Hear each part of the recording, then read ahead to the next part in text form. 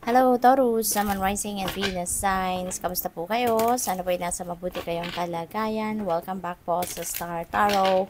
Kung bago po kayo rito, welcome din po kayo. And please subscribe, like, share my videos. And leave me a comment po kung nakaresonate kayo. Maraming salamat. So, yung first message po ninyo for today is for general life. And we have judgment. Ayan. So, this is about decision making. So, siguro meron kayong importanteng desisyon na kailangan gawin sa ngayon, and that could be in any area of life, no? There is also an energy of transformation dito, of change, of rebirth, no?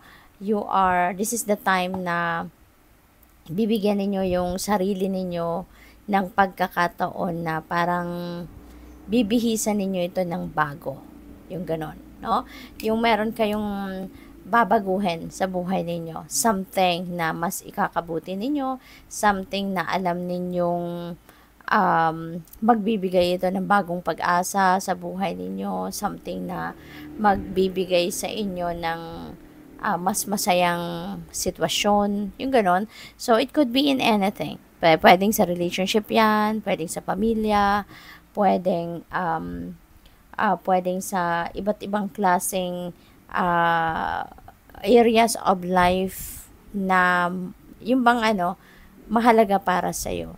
Yung bang siguro mga area of life ninyo na hindi ninyo nabigyan ng panahon, no? Lately. So siguro ngayon gagawa na ninyo ng paraan yan at bibigyan nyo ng bagong bihis ang area of life na ito. So, yung next message ninyo is for money, career, and finances, and we have 10 of swords.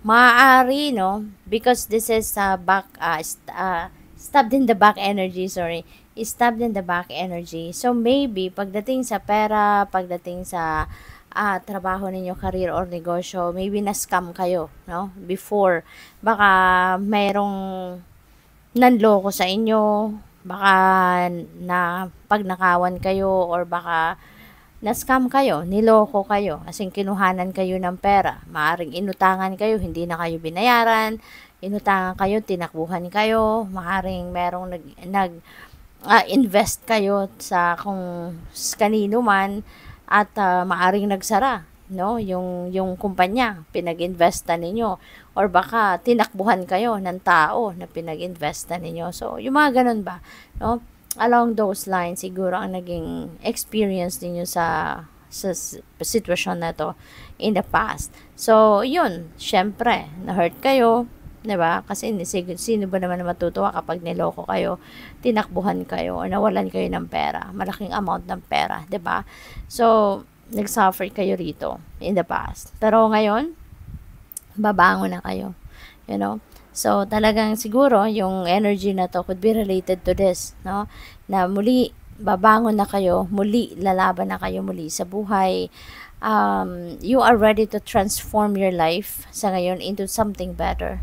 You are ready to make decisions sa ngayon na siguro pero mas matalino na kayo ngayon. No? Kung ano man ang desisyon na gagawin ninyo sa ngayon, sa buhay ninyo, whether that is in pera, in relationships, or in any kind or any area of life, siguro naman bibitbitin ninyo yung natutunan ninyo, no, in the past, na hindi na kayo dito, sisikapin nyo na dito na hindi na kayo papaloko sa ibang tao, sisikapin ninyo rito na maging matalino na kayo, mas maging wiser and smarter na kayo, you know, mas matalino, mas magaling na sa pagkilala sa mga tao. So, maybe, mga ganong klaseng pagbabago na ngayon ang ihahain ninyo sa sarili ninyo around this time. So, ngayon is good, no, na you are releasing yourself na from this pain, from this emotional heartbreak dito na naranasan ninyo from this situation.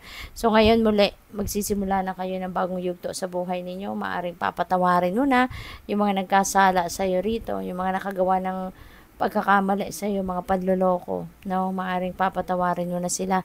It doesn't necessarily mean na hihingi sila ng tawad sa iyo.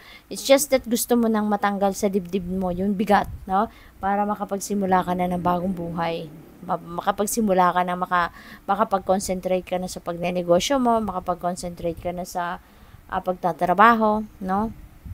Sa career nyo, yung ganon. So, pagdating naman sa relationships, we have 8 of Cups. May tatalikuran kayo.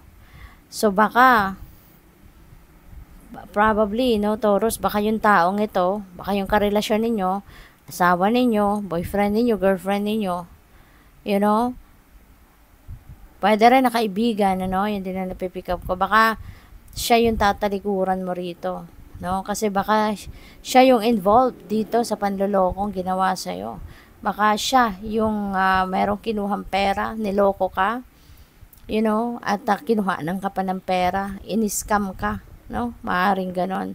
So, depende sa inyong sitwasyon. Iba-iba tayo ng kalagayan, iba-iba tayo ng pinagdadaanan. But, for some of you, maaring may ganitong sitwasyon, you know? But of course, this is reading for the collective, no? Kaya kunin nyo lang kung ano yung sumasakto sa inyong sitwasyon. Kung ano yung hindi naman nakaka-resonate sa inyo, hayaan nyo na, no? Isang tabi nyo lang, dead man na lang kayo sa mensahe, no? Kasi ibig sabihin, hindi yan para sa'yo. So, yun, maaari, no? Yung tatalikuran mo dito is your person or isang kaibigan. Kasi maaring siya yung nanloko sa'yo, no? So, let's dig into these energies. Kuha tayo ng clarifiers. And before that, maraming salamat muna for supporting my channel. Thank you for subscribing. And kung hindi pa kayo nakapag-subscribe, subscribe na po kayo. Thank you.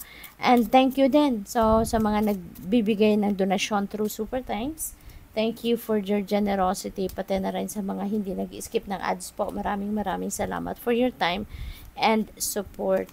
So, yung clarifier ninyo sa judgment energy, we have the Fool.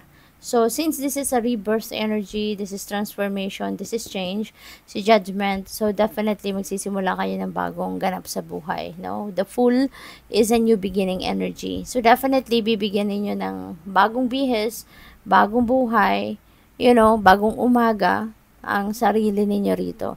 Depende kung ano man ang regardless no, kung ano yung sitwasyon na babaguhin ninyo rito, ano yan, depende yan sa inyong sitwasyon, but definitely handa ka ng baguhin, i-transform ang buhay ninyo sa iba't ibang parte nito. Pagdating naman dito sa 10 of Swords, meron tayong 2 of Cups. So, dito sa pagbangon ninyo, meron kayong makakatulong, no? There is someone na pwedeng tumulong sa iyo, sumuporta sa iyo, no? Baka itong taong ito mag-offer pa sa inyo ng business opportunity, ng career, bagong trabaho or bagong pagkakakitaan ninyo. Baka meron pa bagong income stream dito na pwedeng i-offer sa inyo ang taong ito, no? So good luck sa iyo diyan. With the strength, yan. So lalakasan mo lang ang inyong loob dito. Okay, kasi it's not easy to say goodbye, di ba? It's not easy to remove someone, no, sa buhay ninyo, lalo-lalo na kung naging parte ito ng buhay ninyo for quite some time. It's not easy to let them go. It's easy said than done, no? Pero mahirap.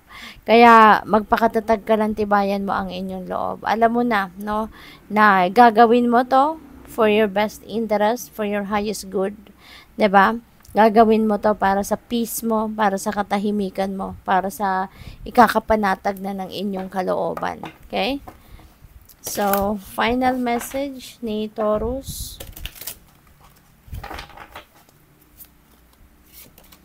We have sensuality. Express your sensuality. For some of you, baka ito yung kailangan ninyo gawin, no? Kailangan ninyong i-feed, kumbaga, ang inyong sacral chakra, which is the energy center that governs your intimacy, sensuality, passion, yung mga ganon, no? Kasi baka yun ang kulang ninyo sa ngayon. So, good luck. Thank you for watching. Love and light. Namaste.